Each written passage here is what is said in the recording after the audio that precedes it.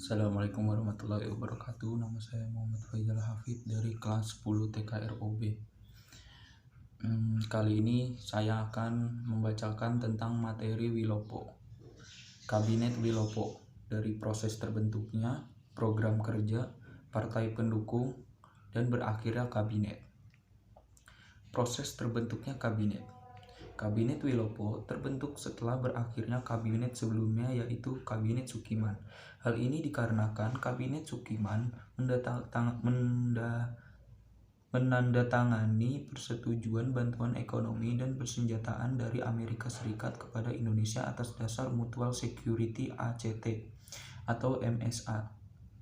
Persetujuan ini menimbulkan tafsiran bahwa Indonesia telah memasuki blok barat, yang berarti bertentangan dengan prinsip dasar politik luar negeri Indonesia yang bebas aktif.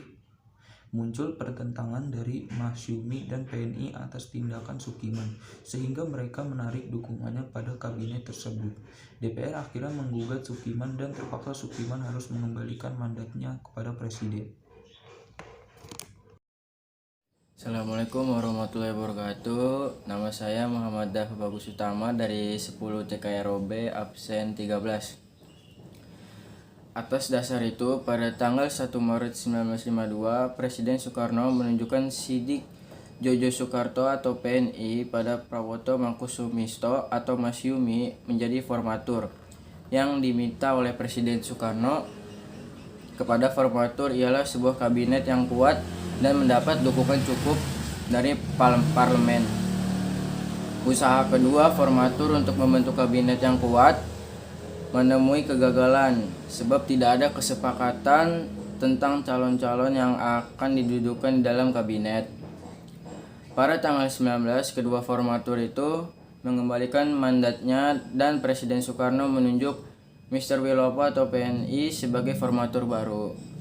Akhirnya setelah berusaha selama 2 minggu, pada tanggal 30 Maret Mr. Wilopo mengajukan susunan kabinetnya yang terdiri atas PNI dan Masyumi masing-masing jatah 4 orang, PSI dan 2 orang, PKRI atau Partai Katolik Republik Indonesia, Parkindo atau Partai Kristen Indonesia, Parindra atau Partai Indonesia Raya, Partai Buruh dan Partai Syarikat Islam Indonesia atau PSII masing-masing 1 orang dan golongan tak berpartai 3 orang.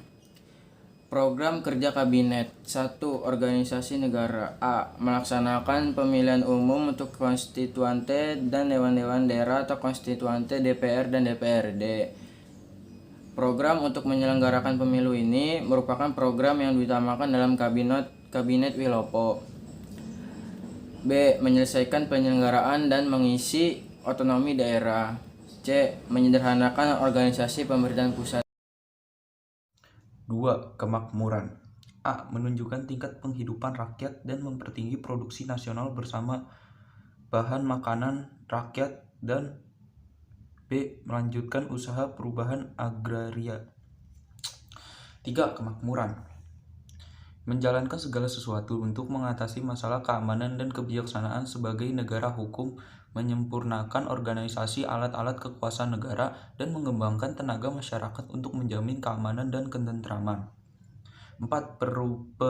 Perburuhan. Memperlengkap perundang-undangan perburuhan untuk meningkatkan derajat kaum buruh guna menjamin proses produksi nasional. Dan 5. Pendidikan dan pengajaran. Mempercepat usaha-usaha perbaikan untuk pembaharuan pendidikan dan pengajaran. 6. Luar negeri. A. Mengisi politik luar negeri yang bebas dan aktif yang sesuai dengan kewajiban kita dalam kekeluargaan bangsa-bangsa dan dengan kepentingan nasional menuju perdamaian dunia.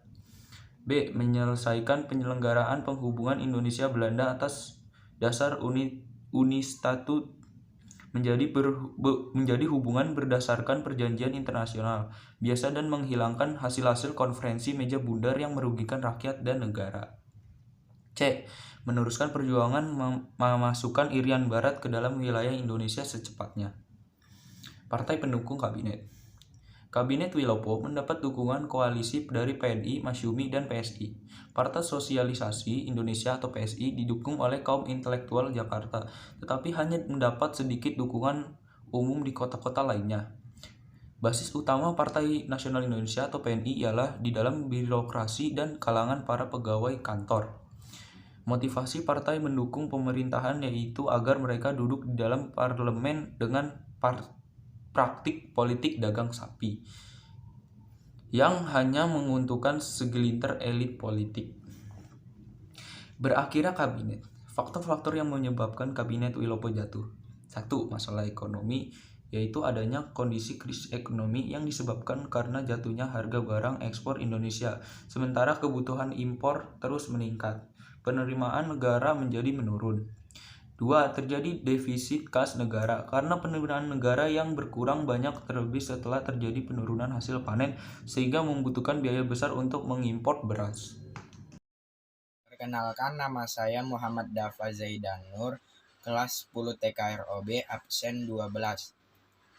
Munculnya gerakan separatisme dan sikap provinsialisme yang mengancam keutuhan bangsa yang harus segera diselesaikan.